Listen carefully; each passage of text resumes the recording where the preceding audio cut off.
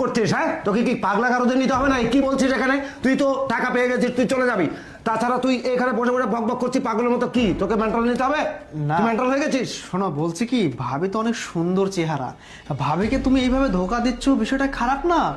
দেখো, মানুষকে ধোকা দিয়ে কিন্তু কেউ কখনো সুখী হতে পারে না, আচ্ছা। কিন্তু বিপদে পড়ে যাবে। ওকে, তোর যেটা কাজ না তুই সেটা কর, আর তোকে যেটা বলেছি সেটা কর। যা এখান থেকে, ঠিক যা। আছে, যাচ্ছি, তবে তোমাকে পস্তাতে হবে, একদিন পস্তাতে হবে। বিয়াদবটা বসে বসে টাকা পয়সা নিয়ে নিয়ে ফুর্তি করা, তো পড়াশোনা তো নেই। হ্যাঁ, কি করবে? একটা কাজ করি, ওর ভাইটাও তো চলে গেল, আর যেহেতু ওর ভাবিটা নেই, আজকে একটা কাজ করি।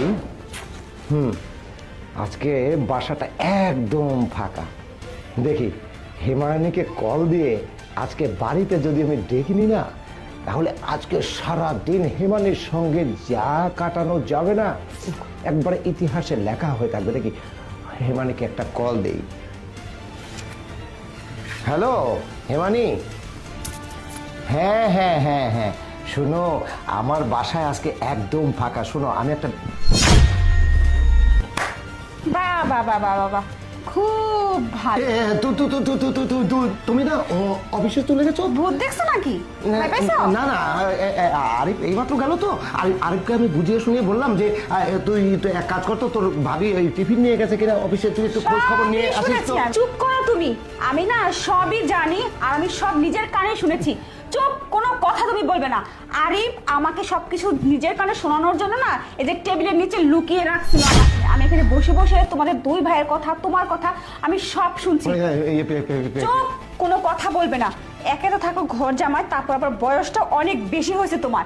কিন্তু আমি ভাবছিলাম একটা বয়স্ক ছেলেকে বিয়ে করলে হয়তো জীবনে অনেক কিছু বুঝতে পারবো, জানতে পারবো, সে আশায় আমি তোমাকে বিয়ে করেছিলাম। আর আমার পিঠ পিছনেই তুমি এইভাবে আমাকে ছুরি মারো।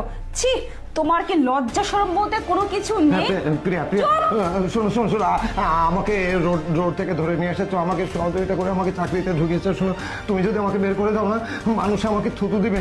প্লিজ, আমি তোমার পায়ে পড়ছি, পায়ে পড়ছি, তুমি আমাকে ক্ষমা করে দাও। আমি জীবনে কখনই কোনো দিন কোনো অসৎ কাজের সঙ্গে লিপ্ত থাকবো না। আমি একবারে কান ধরছি, আমি মাফ চুপ চাচ্ছি। করো তুমি। কি করছো তুমি নিজেও জানো না, অথচ তুমি আমার কাছে এখন ক্ষমা চাচ্ছ, তাই না? শোনো, ঘরে সুন্দরী বউ থাকা সত্ত্বেও যে পুরুষ, তারপরে তোমার বয়স বেশি হয়ে গেছে, বুড়ো বয়সে ভীমরতি ধরছে, তাই না? বাইরে গিয়ে মেয়েদের সাথে রষ্টি পুষ্টি করো। তোমার সাথে থাকা তো দূরের কথা, তোমার ছায়াও আমি দেখবো না। তোমাকে দয়া করে আমার ভুল হয়ে গেছে। তোমার জায়গা হবে এখন জেলে। তুমি বের হয়ে এই মুহূর্তে আমার বাড়ি থেকে, তোমার নামে আমি মামলা করবো। তোমাকে দেখো আমি কি করি।